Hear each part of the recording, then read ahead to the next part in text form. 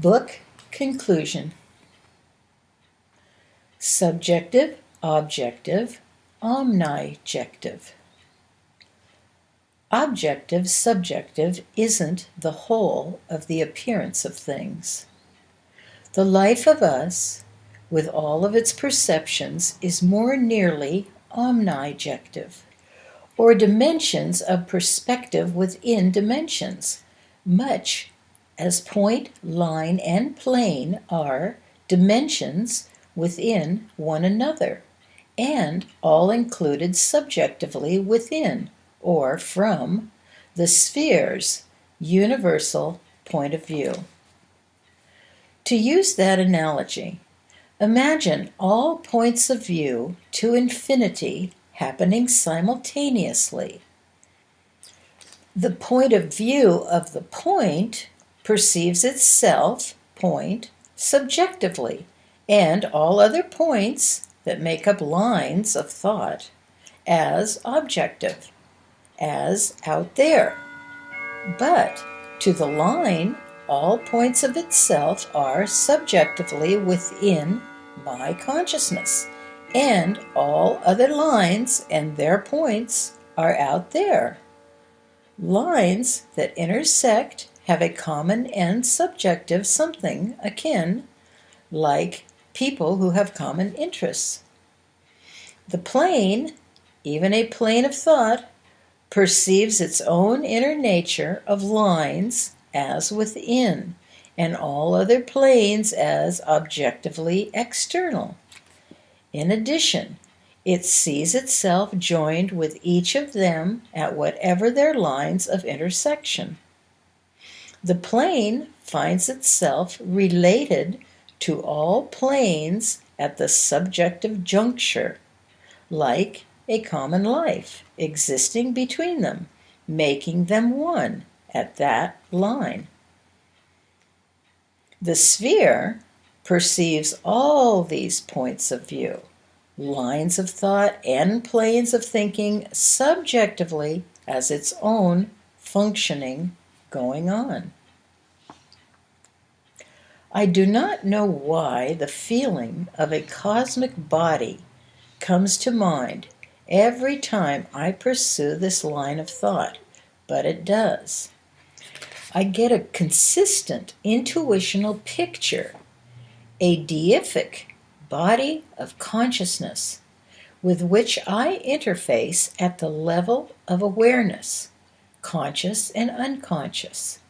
It is as if my little point of objective view, body, is like a life cell circulating within the body, human peregrinations being but an examination of and function of the deific body.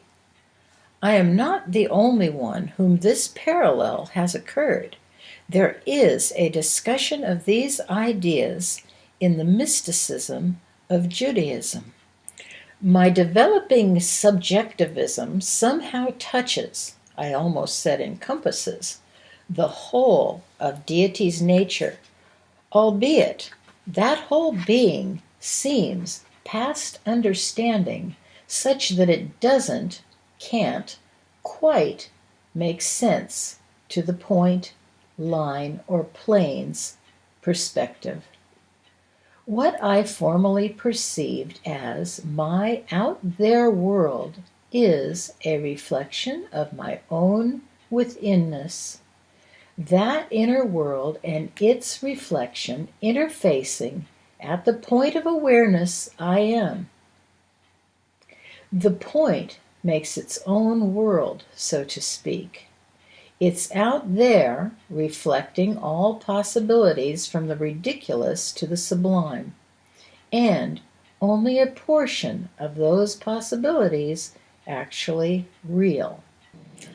I have an intuitive feeling that death is not only unreal, but merely a progression along this linear way in time, from point to line to plane, and so on. The cell, to use that analogy, perishes within the stream of life, but the stream is enriched by the cell's temporal and finite existence. But what is really happening is not so mortal as that. Whatever consciousness of the stream which the cell becomes aware of before its move from temporal cell to its greater nature continues and expands enormously as the stream's awareness. Now, the stream of life, every man has intimations of its greater dimension, even as now I have intimations, maybe more than intimations, of things for which there are no words, only overtones.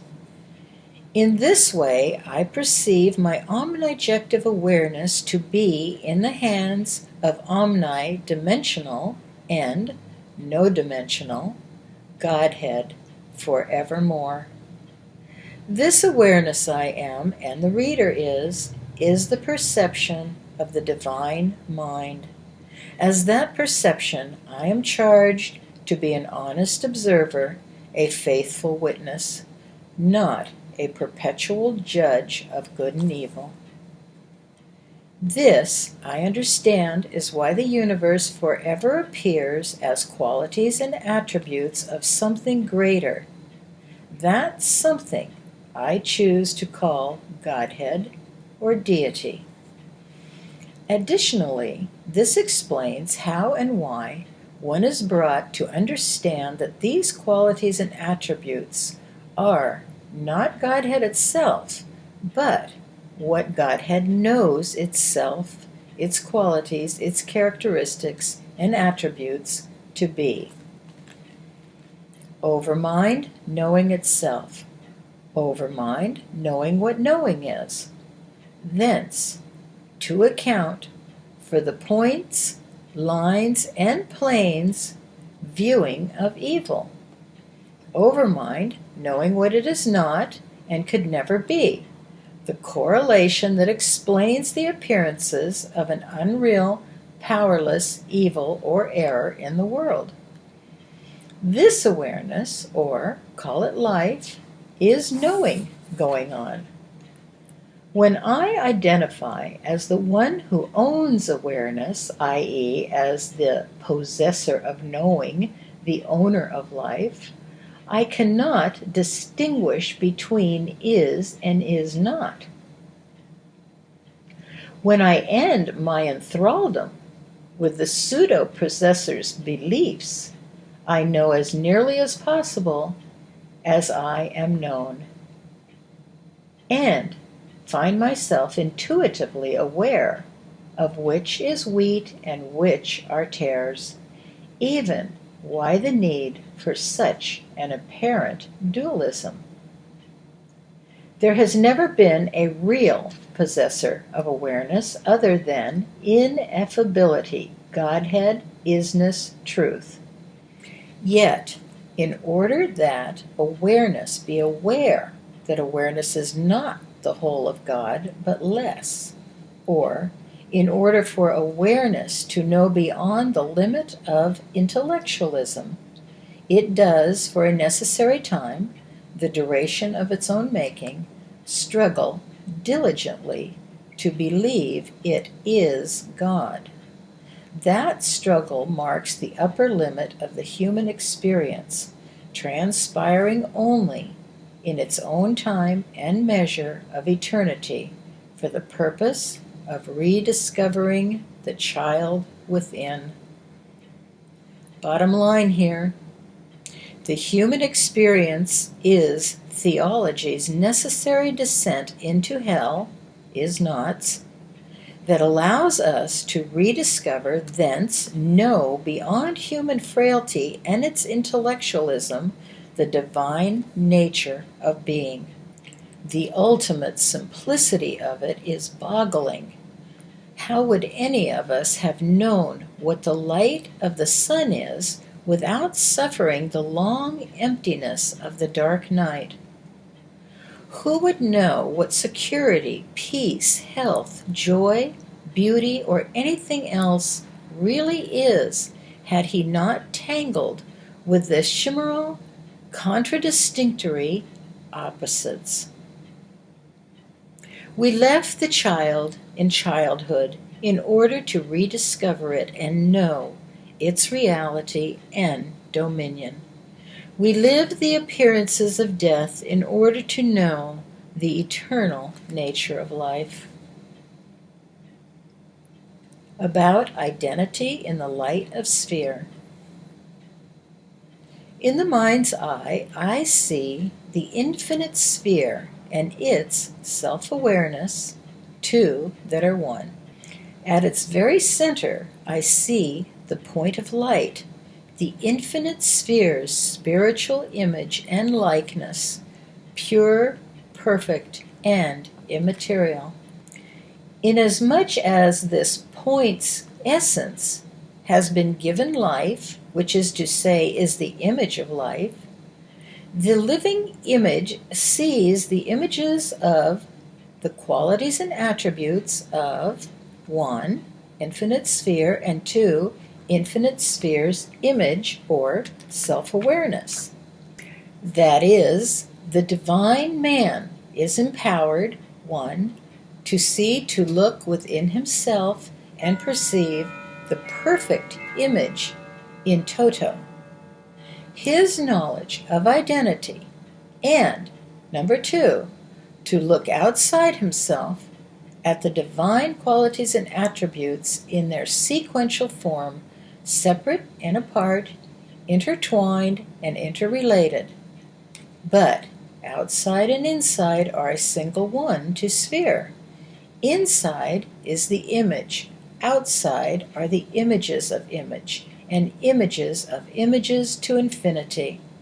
The kingdom of heaven is within. Now understand, outside includes the first image of oneself, the tangible body. That body is finite image of image. Image is the real identity. Body is the first image of that image. Outside includes images of images to forever, but outside is beholden to inside. Dominion was given to image, not the body image. Once, in blind arrogance, I wrote that I had stopped identifying as body image or greater image. I acknowledged God to be all in all without need of images or images. But I was wrong, absolutely wrong. I should have known the lights of the world couldn't have been wrong, every one. Even the word identity means identical. But the identical image is what God knows God to be. This is the twin, and there is no power in the image unless it is given to it by God, exactly as the Christ light said for himself and his view of others. I do not know where my arrogance came from that would deny God the privilege of self-perception, but I lived that attempt. Now I know that deep within, identical image is the light of Godhead, because that is what motivates and directs me. Who is this me that is motivated and directed? It looks like an image of an image called William, but it is the soul of the divine identity, image of God. It is the God view, not the man view. The man view, the image of image view, is compounded of arrogance and ignorance until it is understood and surrendered. Now I see why the Christ light of history and his followers said time and again that one must not love the world but love God. The world is image of the body's images, moving toward the macrocosm, and contain all the compounds that comprise materiality. And that matter is only half substantial, half true, that half rooted in the image of the image. The image of the image is not a lie. It just isn't the image itself, just as the image is not God itself, just as the image is beholden to God. So the body and its actions are beholden to image, the child, the soul of God. Listen gently, reader. Let one not worship image because it is holy, or because it has dominion over everything that creepeth upon the earth, but let one worship the ineffable Godhead. The me-sense point of view may very well be the creator of tangible matter and its forms, not God. The mirror creates the lifeless images within it. Don't call me good, said the light of life. Call no man good. Don't worship me, he said. Worship God. John echoed those words. So did the prophets. Jesus said also that when you see him who was not born of woman, to fall on your knees and worship that one. Image comes to image one day in time, because image is being image in timeless all-readiness. When that one comes, that one brings testimony of Godhead. Jesus heralded that light within one. Mankind has turned this process around to venerate the linear herald light.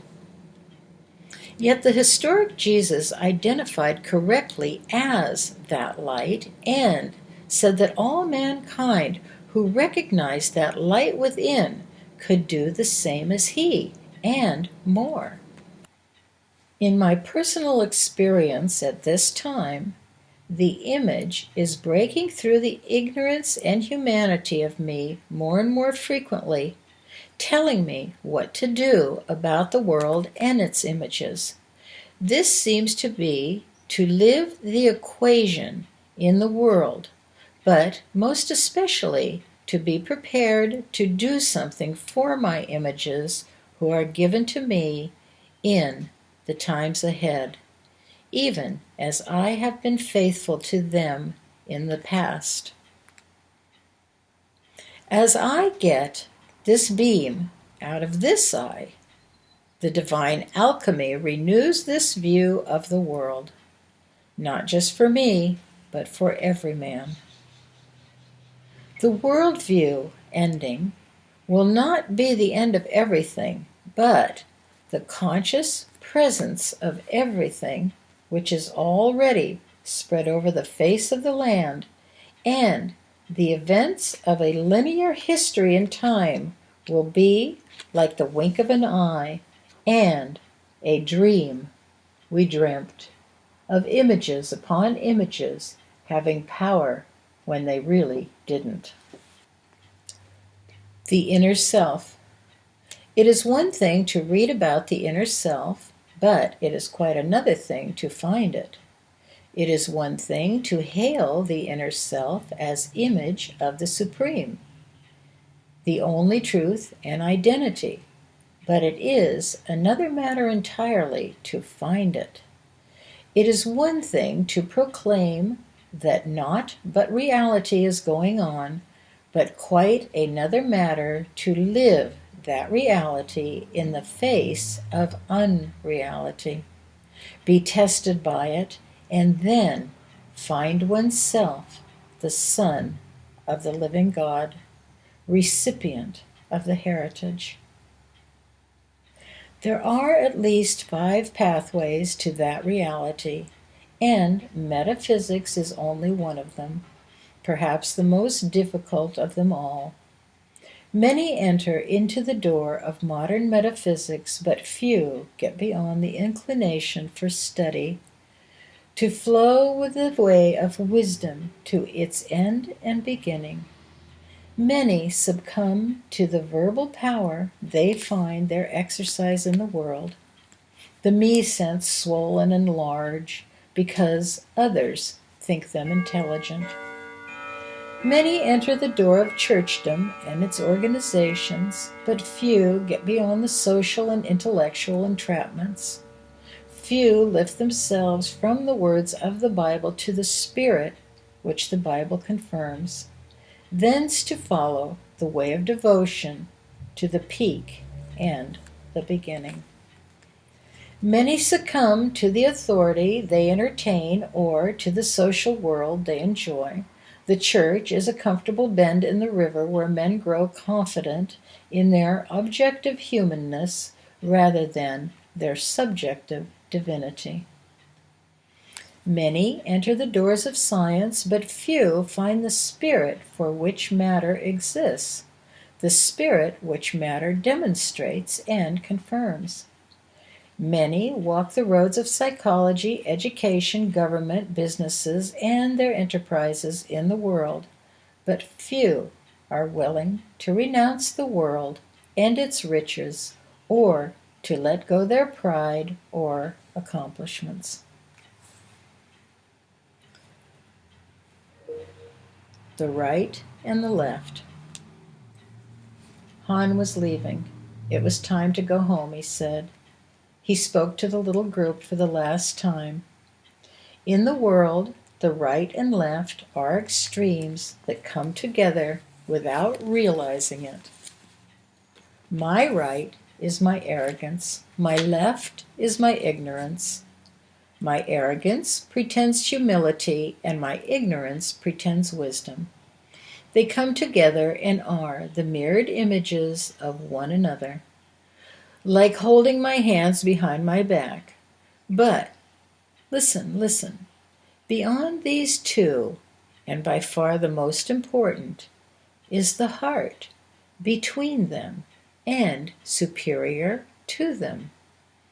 The inward flow from either hand leads directly to the heart and its perfect balance.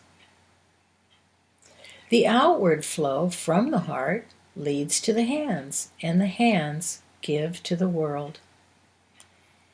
In the world, one hopes for peace between right and left, east and west, rich and poor, young and old, male and female.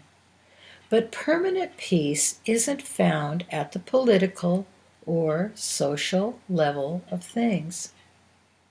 Peace is with the child of God, 3 steps beyond government, 2 steps beyond religion, and 1 beyond wisdom of metaphysics. We find the child, we live the child's sweet equation, and are swiftly carried to the top of the mountain. There, the world under our feet, we find the peace that passeth understanding. When we find that peace, our world rushes to confirm it. When our world confirms peace, we have been victorious.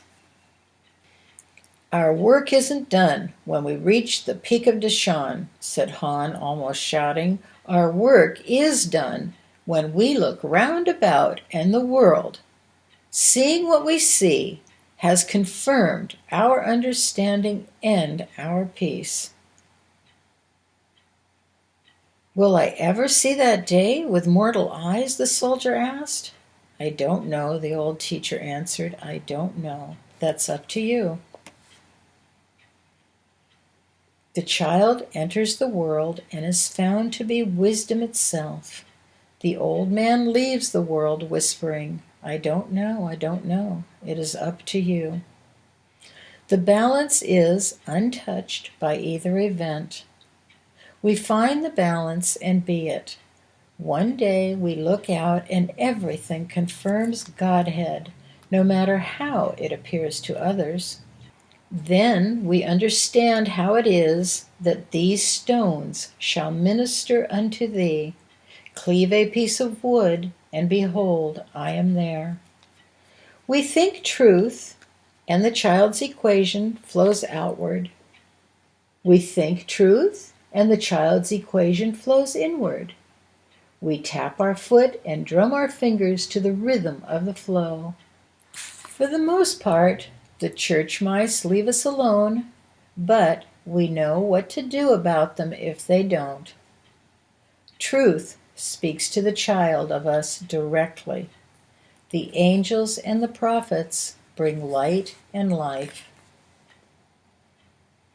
The role of the child within us. We are watching television, and an unexpected scene brings tears to the eye. The emotions we feel is the child stirring within. Subtly, unnoticed thoughts inward toward the child and outward to the scene at hand combine in stillness to elicit a movement of the child within, and we feel it. What hasn't been common knowledge is that the child lies at the seat of simple, honest emotions that have to do with the tender things, the true things, the good things of the human condition. We see the enthusiasm of a puppy whose whole body wiggles in tail-wagging excitement, its head nuzzling the hands and the feet of a friend. The response we feel from the center of us is the child within confirming that the joy outside is the joy within, one joy. What hasn't been common knowledge is that our empathy comes from the original child of us, the good of us, the eager to prove it is ever here as the real of us. We see something as we round the turn of the pathway and are tinged with some distant nostalgia, a statement within reminding us of a pleasant time in our affairs or a happy place we know. What hasn't been common knowledge is that the seat of feeling within us is the child's domain, and that our response to the unfolding view in fact or in memory is the child's reminder that we are that child, not merely the body that walks the pathway or thunders hell-bent and unthinking through the human experience. We see the sight of dolphins and porpoises playing alongside the ship of life. Suddenly, we feel their joy and freedom, their uninhibited playfulness, and we are relieved. What hasn't been common knowledge is that their joy and zest are our joy and zest. If we had not learned what joy is, we would not recognize it in the world.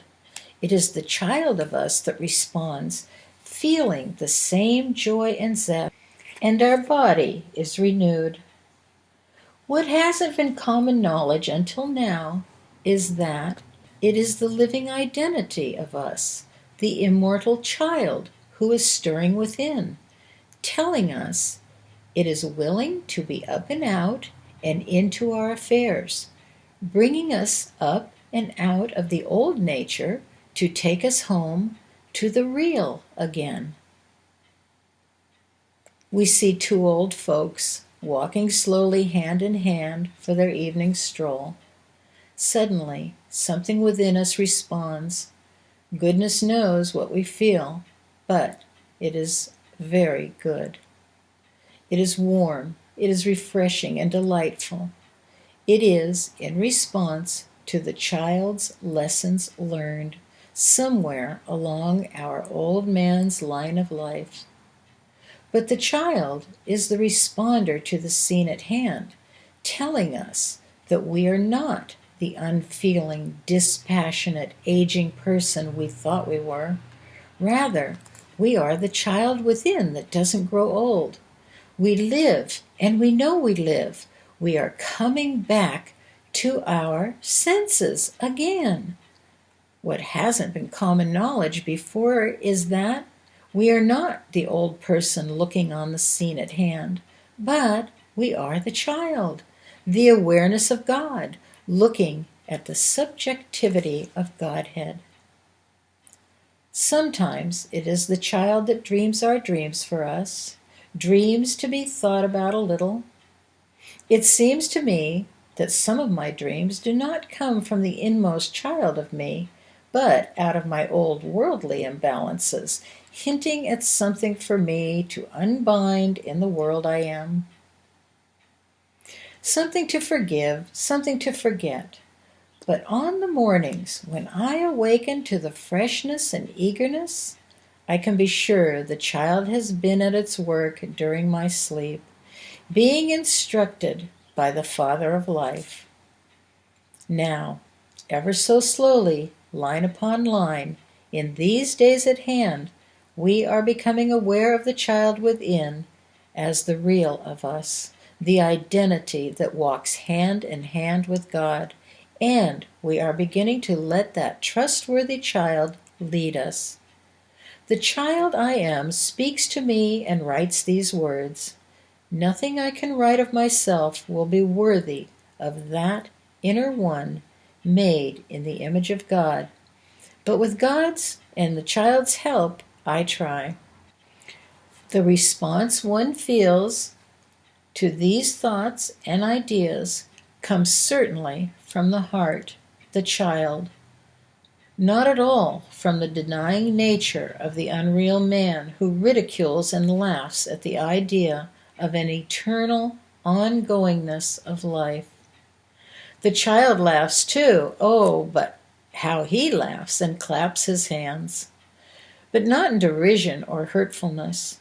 The child laughs in honest confirmation that the heart of us lives and is eternally about the Father's business.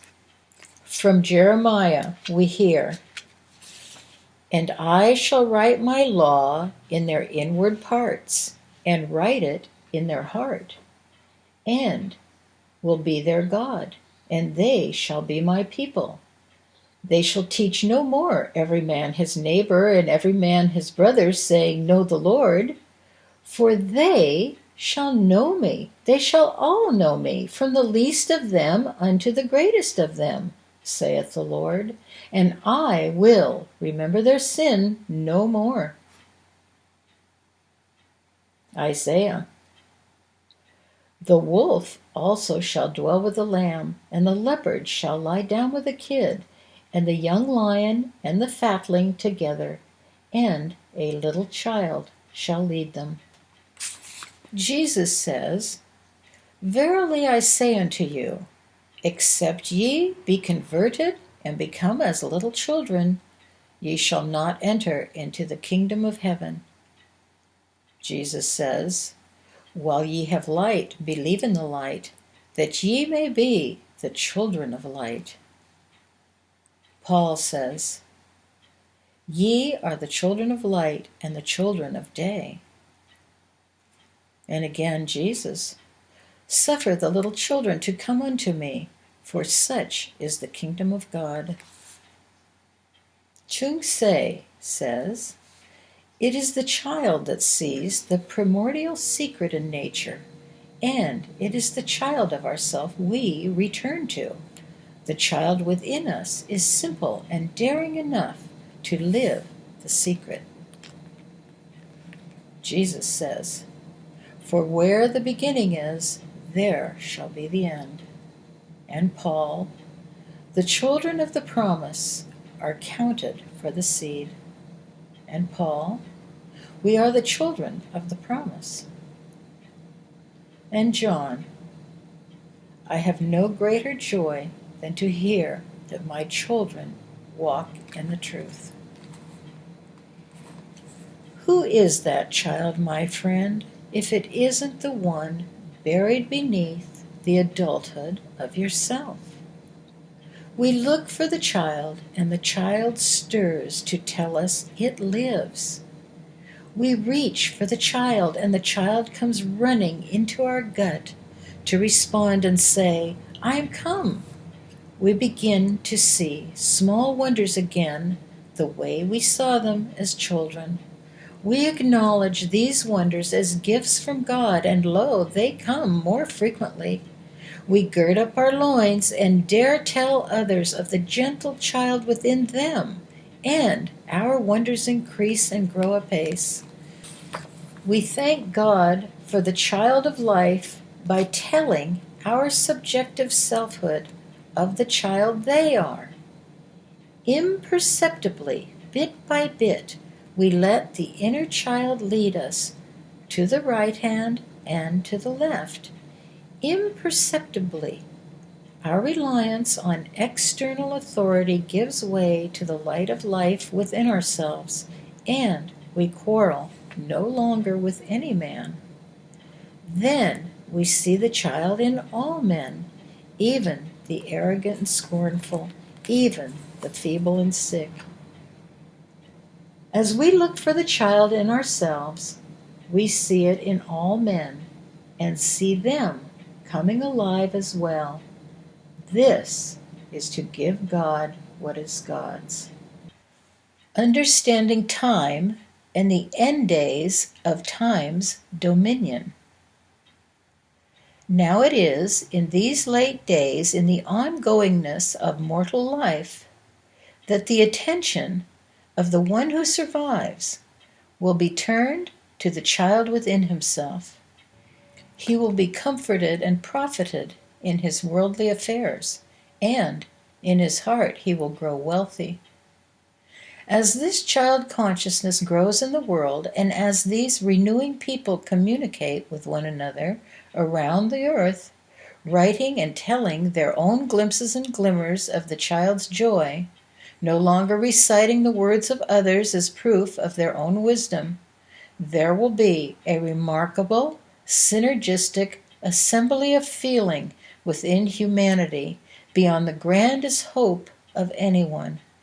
Out of this unexpected synergism of light, like a plant sending up a tall stem with a great flower on it, so the world will send up a newness of child people, blooming as a flower of renewed life, just like a fall flower finally coming to bloom in the late days before the frost. After nearly 11,000 years of human time, God's tree of life is coming into bloom. There will be a special joy, joy beyond joy, felt by those who are part of the flower of life, the offspring of Godhead, seed from the original seed. But listen, listen. It is the tree that blooms, not ourselves. Those who are led by the child become the living blossom of life here on earth, a new brotherhood, a new community without leaders or temples, subservient to naught but the child and its source. This flower may be shaken by the laughter and envy and scorn of the incredulous, and assaulted by pseudo-authorities whose power appears to be threatened, but the child is no threat to no one. Before us lies a brief and severe time when the flower is shaken by the wind and the petals seem to be scattered again, and when those who are not holding fast to the inner child's hand will wonder who the real prophets are. But from the flower will come the seed that will be taken up for the reseeding and ongoingness of tangible life. The tree will perish, but the seed will live. How do I know this is so? Because it has been shown to me by the child I am, and I see confirmation of the divine process and its equation in all nature. All one must do to know these things are happening already is to look and see that they are happening. Line upon line now, but soon precept upon precept, more than a little here and a little there. The new community already begins to flower and be seen by every man. First, its fruits of the tree of life, from out of which comes the seed eternal. All tangibility, all dashan, and the life teeming on its slopes is the subjectivity of God, not man. The life that reads these words is the awareness of God, not man. The synergism we feel in the community of our families and most meaningful groups is only a fraction of the divine energy and light of Godhead's life, soon to be felt by those who summon forth the child within and dare to become that child. The downward human spiral of energy that culminates in selfness and the reproduction of human life will turn around to spiral upward and out, bringing with it the incomparable energy of life in its wholeness, joined with the groom. And this joy is yet to be experienced by men and women. It is reserved for the final flowering of life. It begins with the child within. We get busy and we find it. We live the equation, giving and receiving, receiving and giving to all mankind. We write and tell of the child's glimpses because we are ourselves the only ones who can tell our own glimpses of light. They come to us immaculately and individually, and to no one else. We are charged to give them to others. The glimpse contains the pollen of life, and we give it freely. We accept it and pass it along. We live God's equation with joy. As it might be said in the East, the night of Brahman falls as soon as the harvest of the seed is accomplished. The morning of the new day comes quickly. Epilogue. The apple tree bloomed last week. Woodsong's little orchard is an endless delight, especially in the spring. The apple tree bloomed last week. Each bloom opened onto an unobstructed scene and looked round about to see the world. Today, most of those blooms have shattered and fallen to the ground. The few that remain no longer have the unobstructed view, but peer out through the new green leaves. The first blossoms saw the world. The last see mostly the leaves of their own branch. The first flush of truth is like the unobstructed opening bloom of spring, unable to see so much. The apple tree's last blooms don't see as far, but listen softly. They produce fruit just as certainly.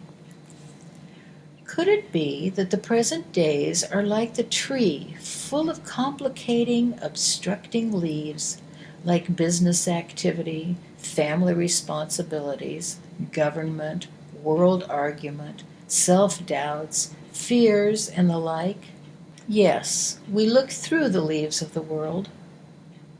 And could it be that we are trying to converse with blossoms surrounded by the complex, complicating world? Yes, but we are still addressing the heart of our selfhood, the child within, the innocent and pure in heart. When I tell my others, myself, of the expansive view, I'm fully aware how the leaves stand before us as distracting, contradictory, and tangible obfuscations. Listen, child heart of myself. Hear of the simplifying open spaces. Hear of the unobstructed spirit. The grand view is just beyond the leaves. After the storm. When the apple tree bloomed last week, it was so proud of itself. Now, after the wind and the rain, its petals lie scattered on the ground. The tree may be tempted to think it has fallen from grace again and is back where it started. But it isn't. It isn't. Why not? Because the fruit follows the bloom, and the fruit contains the seed. Gentle reader, if anywhere along the way you have felt a stirring in yourself While reading this volume, be of good cheer. That was the child blooming again. What follows, inevitably, in your experience, is the fruit and the seed. Postscript. Now the reader is asked to begin rereading Book 1 immediately. Those 12 chapters will become clearer this time, and you may feel that you are reading an entirely new book. With the second reading, the related papers can be read concurrently, as the reader chooses. You are then perceiving your own insightful overtones, determined by your experience, your needs, and your choice of readings. The book will ever be new, and your experience likewise. There are mysteries and secrets contained in these pages, all of them related to the divine imprint already present in the reader's heart. That concludes the reading of The Child Within Us Lives by William Samuel. It was my joy to be able to read this very special book to you. I know its message has already begun to work its healing wonders in your life. If you appreciate this audio reading, you are most welcome to make a donation at the official website, where you will find more information on William Samuel and his books. Official website is www.williamsamuel.com.